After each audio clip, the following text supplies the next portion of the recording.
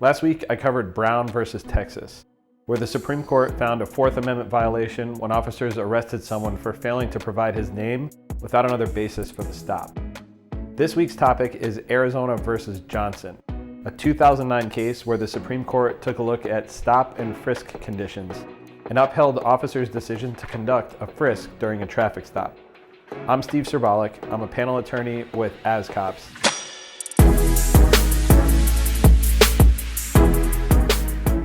Before I dive into Arizona versus Johnson, a quick refresher on Terry frisks. In Terry versus Ohio, the Supreme Court held that a stop and frisk may be conducted without violating the Fourth Amendment's ban on unreasonable searches and seizures if two conditions are met. First, the investigatory stop must be lawful. And second, the officer must reasonably suspect that the person stopped is armed and dangerous. The court already confirmed in Brendan versus California that during a traffic stop, a police officer effectively seizes everyone in the vehicle, the driver and all passengers.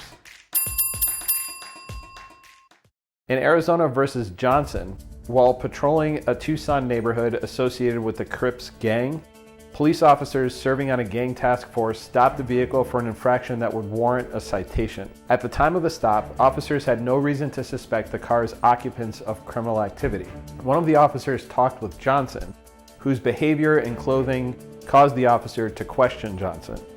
After learning that Johnson was from a town with a Crips gang and had been in prison, the officer asked Johnson to get out of the car to question Johnson further, out of hearing range of the other passenger about Johnson's gang affiliation. Because the officer suspected that Johnson might be armed, she patted Johnson down for safety when Johnson exited the car.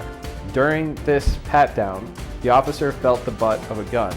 At that point, Johnson began to struggle, and the officer handcuffed him. Johnson was charged with possession of a weapon by a prohibited possessor. The trial court denied Johnson's motion to suppress the evidence, concluding that the stop was lawful and that the officer had cause to suspect that Johnson was armed and dangerous. Johnson was convicted, but the Arizona Court of Appeals reversed, finding that while Johnson was lawfully seized, the detention had evolved into a consensual conversation, and therefore the officer had no right to pat Johnson down. The Arizona Supreme Court declined review, but the U.S. Supreme Court took this case. Justice Ginsburg wrote the opinion for a unanimous court. The court held that the officer's pat-down of Johnson did not violate the Fourth Amendment. The court reiterated that all occupants of a vehicle, again the driver and any passengers, are seized during a traffic stop. And this seizure normally ends when the police have no further need to control the scene and the officers inform the driver and the passengers that they are free to leave. An officer's questions about matters unrelated to the justification for the traffic stop do not convert the encounter into something other than a lawful seizure, as long as the inquiries do not measurably extend the stop's duration. In this case, the officer's questions to Johnson were found to be reasonable, and nothing would have conveyed to Johnson that, prior to the frisk, the traffic stop had ended or that he was otherwise free to depart without police permission.